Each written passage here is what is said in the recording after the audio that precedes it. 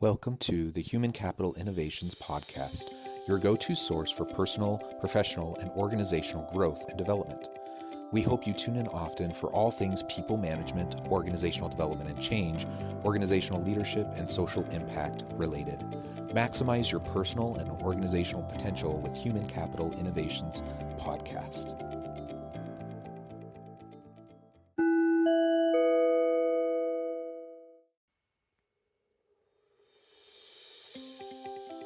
Welcome to the Human Capital Innovations Podcast. As part of our inspiring TED Talk series, spotlighting can't-miss TED Talks and their key takeaways, today I explore Simon Sinek's famous 2014 TED Talk, Why Good Leaders Make You Feel Safe.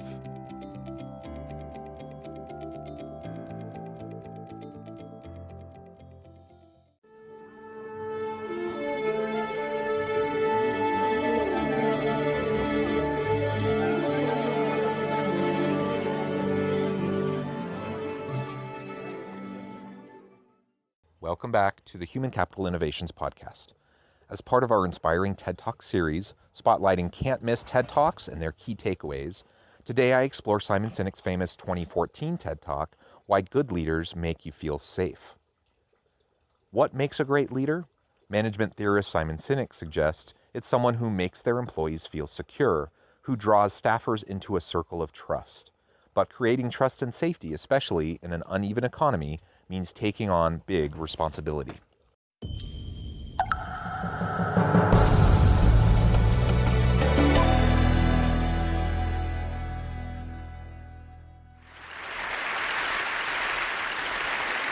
There's a man by the name of Captain William Swenson who recently was awarded the Congressional Medal of Honor for his actions on September 8th, 2009. On that day, a column of American and Afghan troops were making their way through a part of Afghanistan to help protect a group of government officials, a group of Afghan government officials who'd be meeting with some local village elders. The column came under ambush and was surrounded on three sides. And amongst many other things, Captain Swenson was recognized for running into live fire to rescue the wounded and pull out the dead.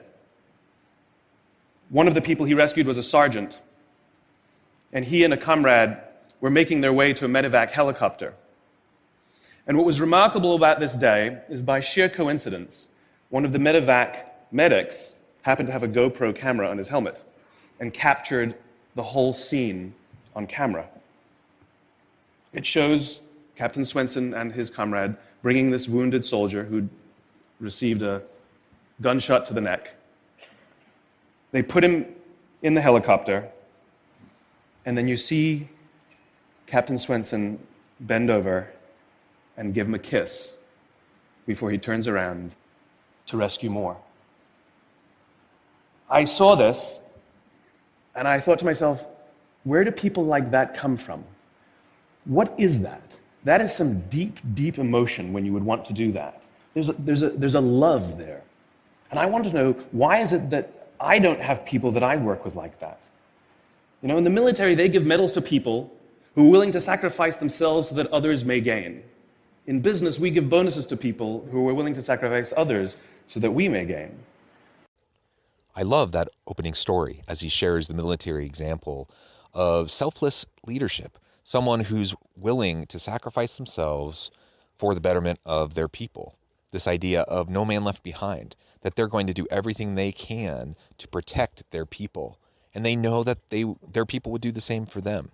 That kind of trust, that kind of security amongst their team is something that the military is known for, but it's not something unique to the military. It certainly can happen in other places. Yet, we often reward the wrong things within organizations.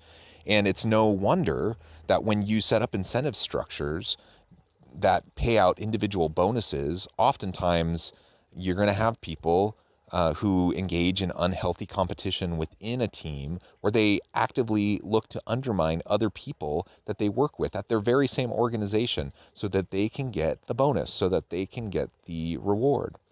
So throwing your own people under the bus for your own betterment, that's the opposite of what was being shared in that opening story.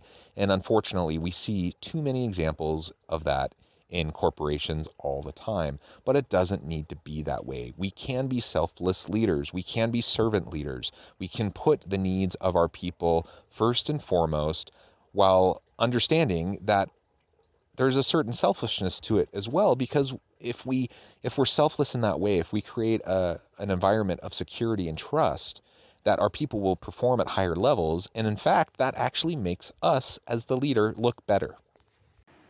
So I asked myself, where do people like this come from? And my initial conclusion was that they're just better people. That's why they're attracted to the military. These better people are attracted to this concept of service. But that's completely wrong. What I learned is that it's the environment. And if you get the environment right, every single one of us has the capacity to do these remarkable things. And more importantly, others have that capacity too. I've had the great honor of getting to meet some of these who we would call heroes, who've put themselves and put their lives at risk to save others. And I asked them, why would you do it? Why did you do it? And they all say the same thing, because they would have done it for me. It's this deep sense of trust and cooperation. So trust and cooperation are really important here. The problem with concepts of trust and cooperation is that they are feelings, they're not instructions. I can't simply say to you, trust me, and you will. I can't simply instruct two people to cooperate, and they will. It's not how it works. It's a feeling. So where does that feeling come from?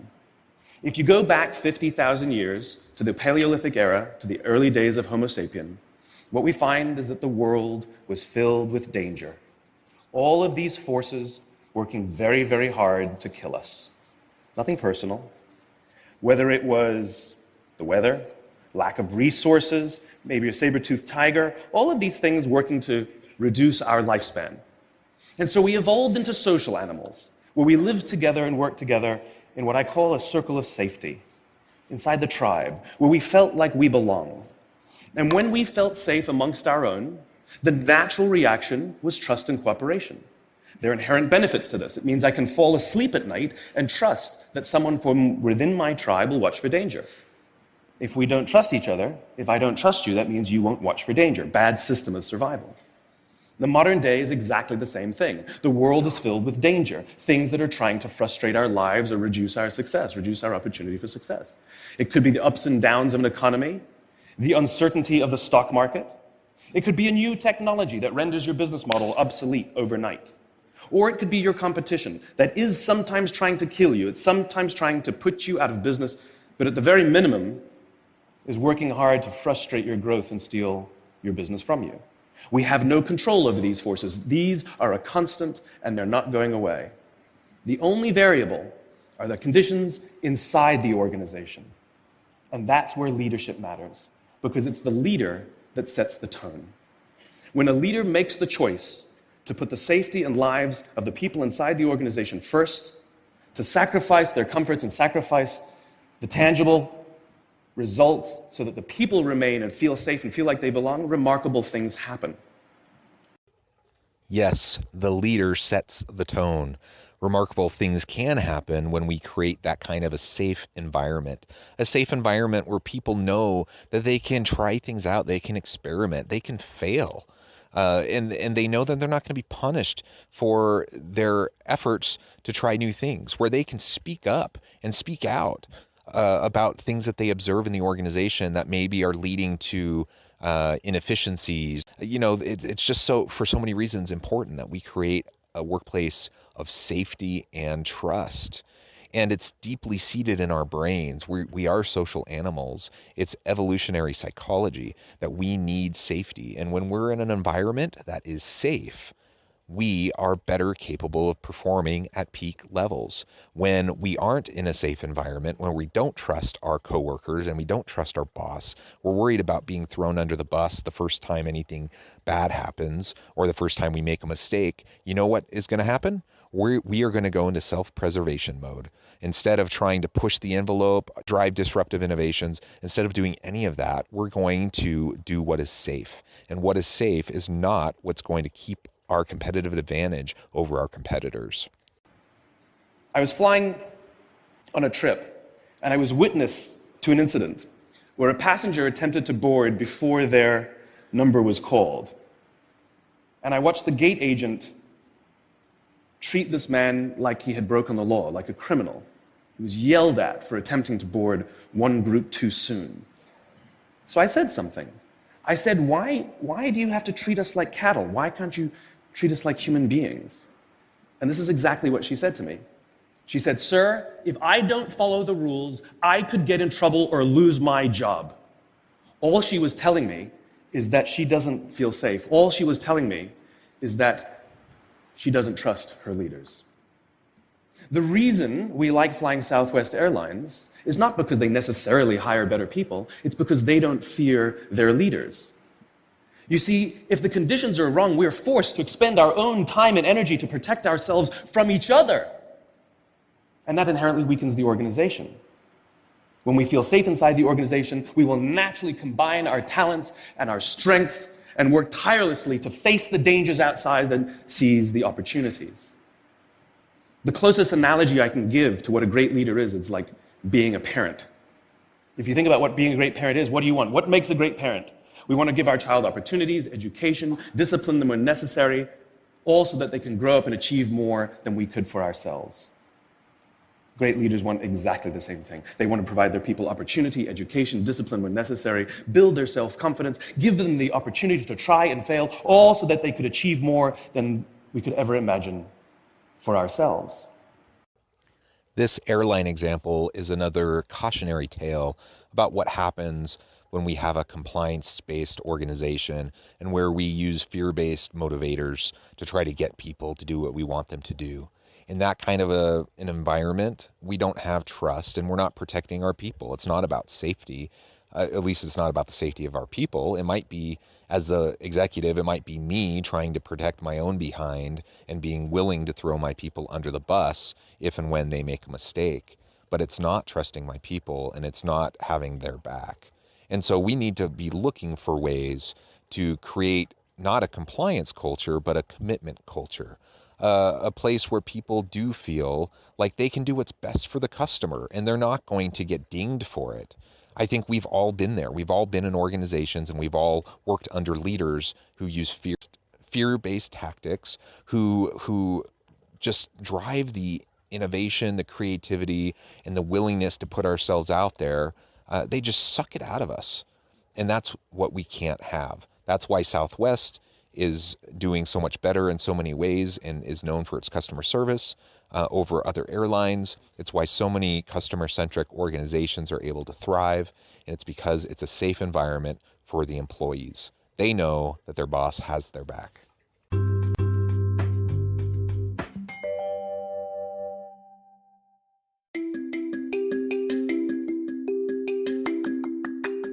I'm excited to announce the publication of my new book from HCI Press, Bluer Than Indigo Leadership: The Journey of Becoming a Truly Remarkable Leader. Early in my adult life, I learned about an Asian proverb that translates as bluer than indigo. If you think about the color indigo, it is a brilliant, deep, and vibrant blue, what some would call the bluest of blues. To have something that is bluer than indigo is rare and truly remarkable. Contrary to popular myth, there is no one-size-fits-all or cookie-cutter approach to effective leadership. There's no silver bullet, no secret sauce, no go-to model that will solve all of our problems. The truth is, great leaders have all had their unique strengths and flaws, and have all had to discover and then pave their own distinctive path in their life's journey to fulfill their leadership potential. Bluer Than Indigo Leadership will help you discover your own path and explore those ordinary, everyday actions that will help you respond to an uncertain future and produce extraordinary results for individuals, teams, and organizations.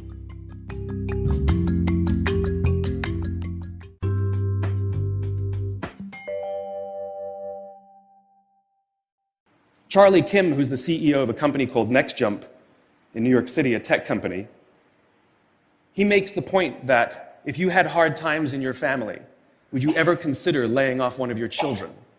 We would never do it.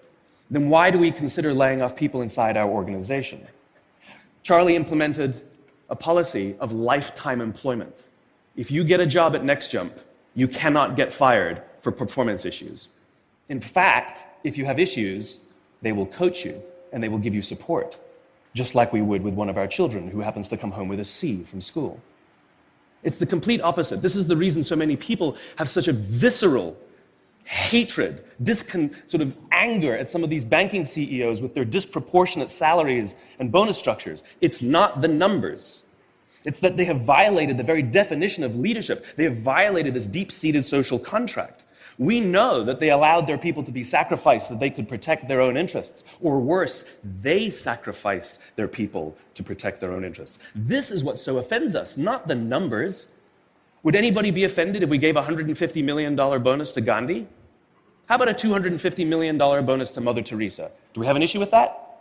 None at all. None at all. Great leaders would never sacrifice the people to save the numbers. They would sooner sacrifice the numbers to save the people. Lifetime employment, it's a radical idea.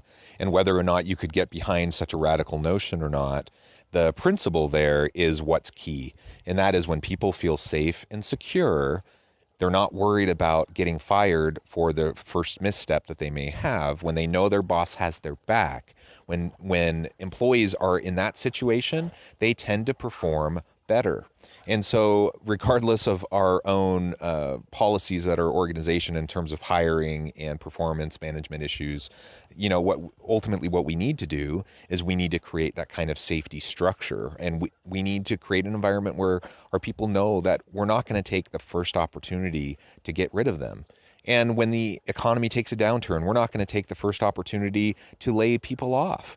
It can go a long way just helping people understand that we understand what they're going through, what they're struggling with, that we're going to do everything we can to protect them. When we can do that, people will have greater levels of commitment towards us and to the organization. Bob Chapman, who runs a large manufacturing company in the Midwest called Barry Waymiller, in 2008, was hit very hard by the recession, and they lost 30% of their orders overnight. Now, in a large manufacturing company, this is a big deal, and they could no longer afford their labor pool. They needed to save $10 million. So, like so many companies today, the board got together and discussed layoffs. And Bob refused. You see, Bob doesn't believe in head counts. Bob believes in heart counts. And it's much more difficult to simply reduce the heart count. And so they came up with a furlough program. Every employee from secretary to CEO was required to take 4 weeks of unpaid vacation. They could take it any time they wanted, and they did not have to take it consecutively. But it was how Bob announced the program that mattered so much. He said, it's better that we should all suffer a little than any of us should have to suffer a lot. And morale went up. They saved $20 million. And most importantly, as would be expected, when the people feel safe and protected by the leadership in the organization, the natural reaction is to trust and cooperate. And quite spontaneously, nobody expected, people started trading with each other. Those who could afford it more would trade with those who could afford it less. People would take 5 weeks so that somebody else only had to take 3. What courage. I find that inspiring for that leader to stand up to the board to insist that no, we will not be laying anyone off. Yes, labor cost reductions have to take place, so they got creative. They looked at the ways to minimize the pain on their employees. They came up with a furlough system. Now, furloughs, that's difficult too. That nobody wants to be furloughed, but his insistence that we're not going to throw anyone under the bus, we're not going to let anyone go amidst this economic downturn, knowing what that would mean for their family, but instead we're going to share the pain. We're going to together get through this, and sharing that message with the employees, that drove higher levels of commitment, higher levels of morale. Ultimately, they cared for each other, they looked after each other, they helped and protected each other. And the leader set the tone. Leadership is a choice. It is not a rank. I know many people at the senior-most levels of organizations who are absolutely not leaders. They are authorities, and we do what they say because they have authority over us, but we would not follow them. And I know many people who are at the bottoms of organizations, who have no authority, and they are absolutely leaders. And this is because they have chosen to look after the person to the left of them, and they have chosen to look after the person to the right of them. This is what a leader is. I heard a story of some Marines who were out in theater, and as is the Marine custom, the officer ate last, and he let his men eat first. And when they were done, there was no food left for him. And when they went back out in the field, his men brought him some of their food so that he may eat. Because that's what happens. We call them leaders because they go first. We call them leaders because they take the risk before anybody else does. We call them leaders because they will choose to sacrifice so that their people may be safe and protected, and so their people may gain. And when we do, the natural response is that our people will sacrifice for us. They will give us their blood and sweat and tears to see that their leader's vision comes to life. And when we ask them, why would you do that? Why would you give your blood and sweat and tears for that person? They all say the same thing. Because they would have done it for me. And isn't that the organization we would all like to work in? Thank you very much. Thank you. Thank you.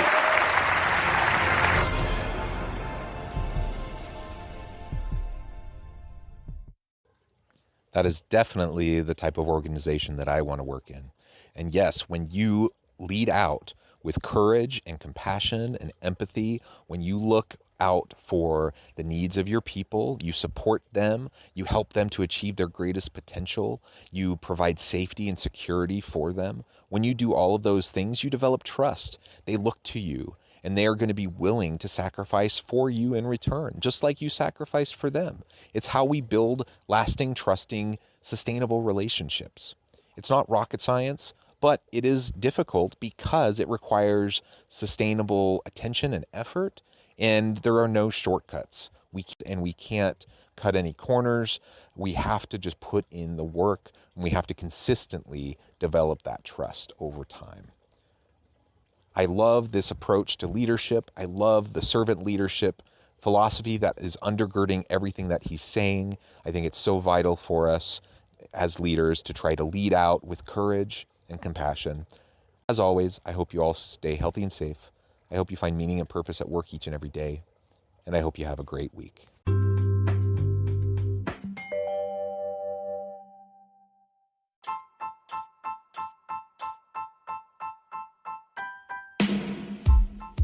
The alchemy of truly remarkable leadership. Ordinary, everyday actions that produce extraordinary results. Consider how the nature of work has shifted over the past 50 years. With increased globalization, rapid technological advancement, and the shift in economic composition, the average job of today looks very different than the average job of 50 years ago. What will the jobs and organizations of tomorrow look like? Moreover, what does this all mean for organizational leaders? What are the core competencies and capabilities of organizations and their leadership that are prepared for continued disruption and geopolitical and socioeconomic shifts? Regardless of what the future holds, increasingly, leaders need to be socially minded, data-driven, decisive, champions of talent, and disruptors of the traditional notions of leadership, teams, organizations, and work. The alchemy of truly remarkable leadership will help you to explore your own leadership competencies and capabilities and consider ways to apply and implement them into your workplace and personal life.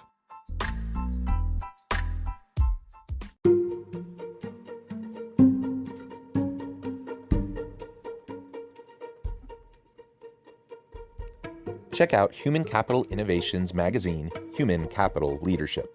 Human Capital Leadership is a free, interactive e-magazine with the mission to help individuals, leaders, and organizations find innovative approaches to maximize their human capital potential. We publish issues quarterly in August, November, February, and May. Take a look at the latest issue and let us know what you think.